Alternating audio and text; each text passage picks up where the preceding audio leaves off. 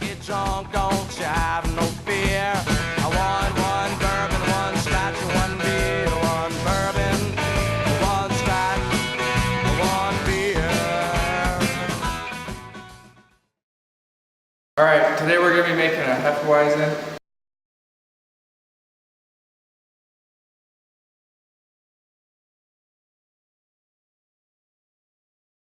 We have the ingredients here. We have the yeast.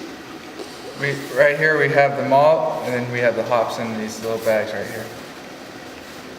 So the first things you'll need is propane and a heating element with a big pot. And this pot has been scrubbed and sterilized beforehand. It's got 2.5 gallons of boiling water in it. And then in the ends where the beer is going to be, this thing has also been sterilized and cleaned as well.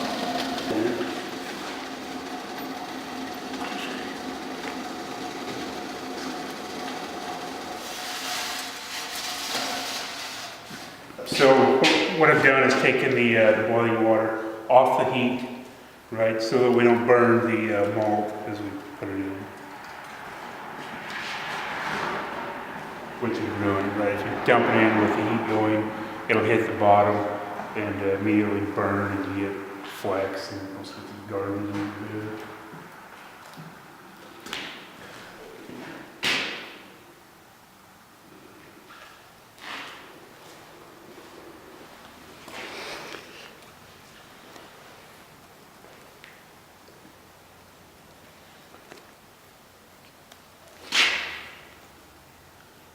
You're young, you guys ever have like a malt, a milkshake malt? Yeah. So, same kind of stuff, and taste that. Even though we're off the heat, I'll dump it in kind of slow. It feels a stir. That way, what we want to do is get it diffused in the water. Okay.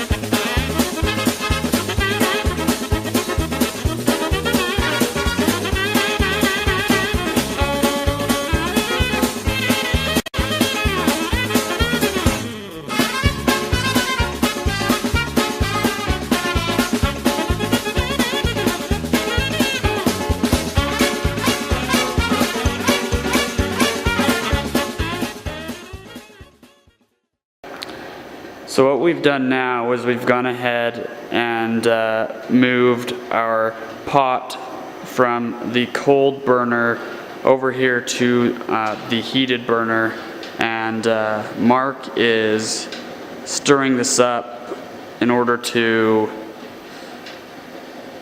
Bring it back to a boil. bring it back to a boil here. Okay, so we brought our wort to a boil, now back to a boil.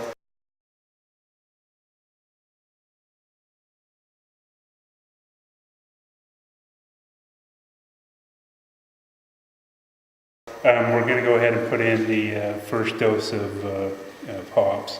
So those go in. This is going to boil like this for 45 minutes, and then at 45 minutes we'll put in one more dose of hops. It'll boil for another 15 minutes, and that'll be the end of the wort. Okay, we're putting the cold water into our wort so we can top the fluid off to 5 gallons.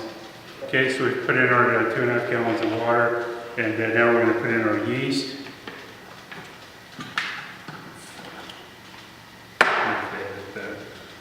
And we're going to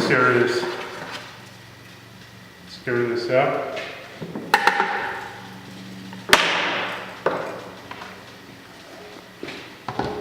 Put the lid on it.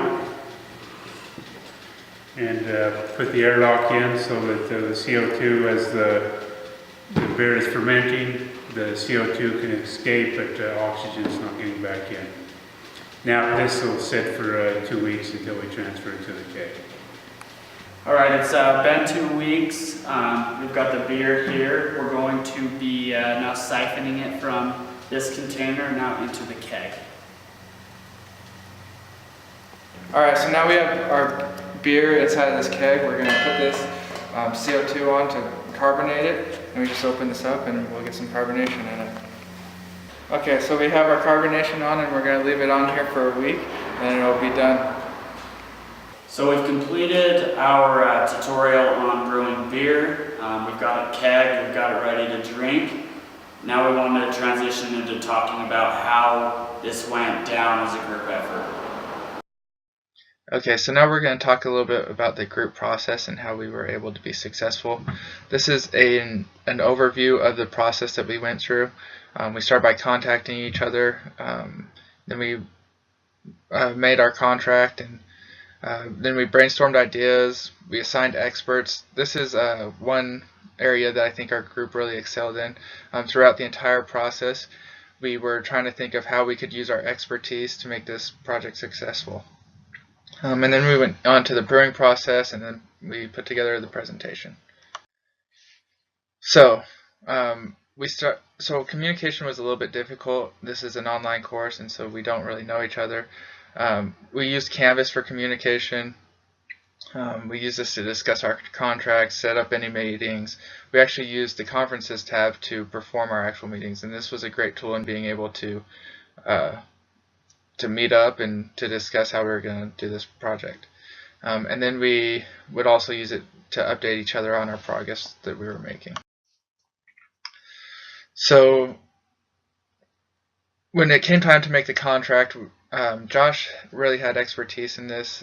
He had experience in making a contract for another class group project. And so we kind of used some of his ideas, and he really took the lead on making this contract.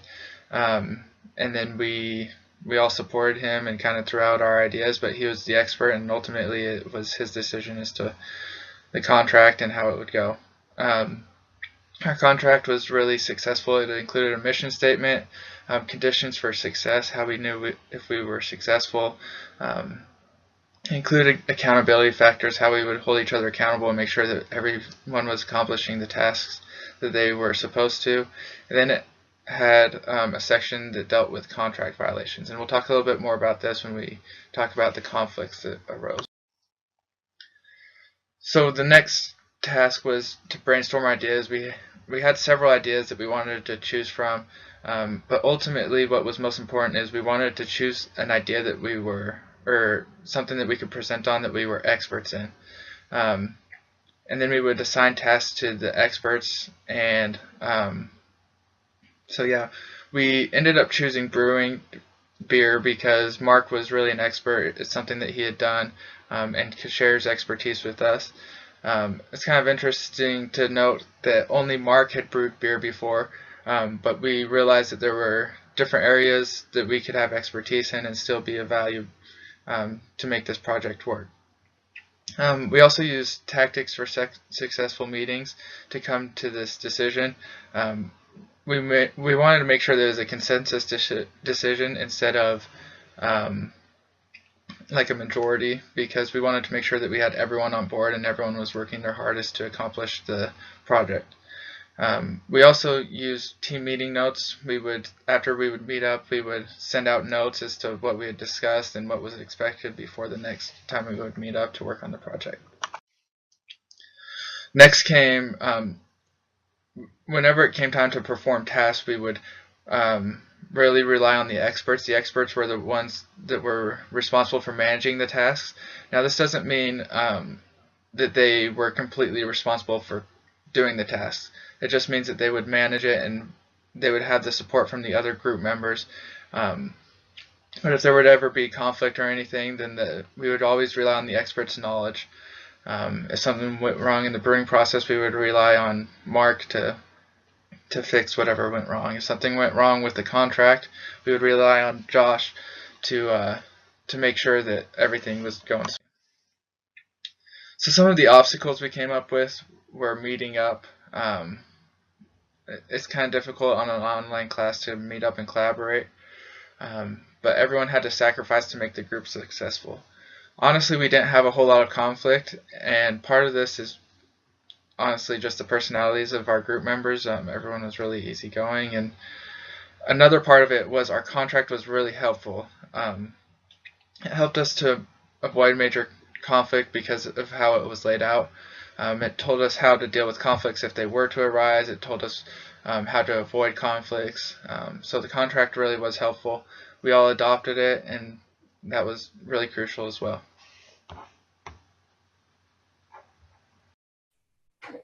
I was responsible for the beer brewing process in our group project. As part of that, I had to gather supplies, organize the brew session, educate the different group members on the process itself, provided subject matter expert information as needed. And the end result, when we were all done, is we made a great tasting beer. My portion of the assignment was the video editing. Some of the challenges that I had to deal with was some of the footage was out of focus. So thankfully I had an internship where I dealt with digital media for about a year, and I was able to use Adobe Premiere to sharpen it up. Additionally, I was responsible for cutting the footage down, which again through Premiere wasn't too hard, and I was able to do pretty quickly. I had to make sure that the information flowed in a way that made sense and make it presented in a fun and creative way. Finally, there were some issues with the sound. In some parts it was too loud, and others it was too quiet. So one of the things I did was balance the audio to make it more even throughout the presentation. Hi, this is Josh speaking. I'm going to talk about the team contract. The team contract process was fairly simple and easy. Taylor got us going on Canvas with the discussion and set up a Google Doc. The most of the content for the contract was established on the initial group call. Members threw out the important parts for each of them. We compiled those into major clauses and then submitted sub-clauses based off of that. We revised until everyone agreed on a final draft. Overall, the group process was very fluent. It went very smooth. Everybody was willing to meet in the middle and really come to a conclusion that was able to set a solid foundation for this team.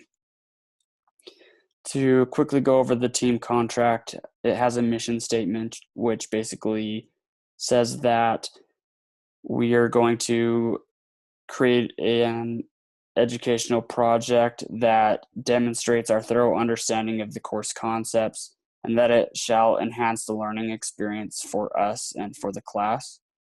Conditions for success outlines the end result and how we are going to achieve it. The leadership and team management basically says that there's not one clear manager in the group, that everything is going to be assigned to individuals and they will manage that certain section. Accountability factors goes over active participation, deadlines, as well as that the content submitted is professional and suitable to reflect the work of the entire team. The contract revision process is a discussion amongst the team of an issue with the contract. Then it is revised if discussion warrants and agreed upon by the entire team. Contract violations are similar. The team discusses it openly. The individual in violation, has a chance to say what's going wrong for them, if they need a correction or if they need help with what they have going on. Lastly, I'm going to talk about filming. We used a Canon DSLR and a GoPro to film. What we really wanted to do when filming was capture the brewing process in its entirety, not just the group standing there. We really wanted the free-floating approach so that the class and everybody could see what was going on and, hopefully learn from it.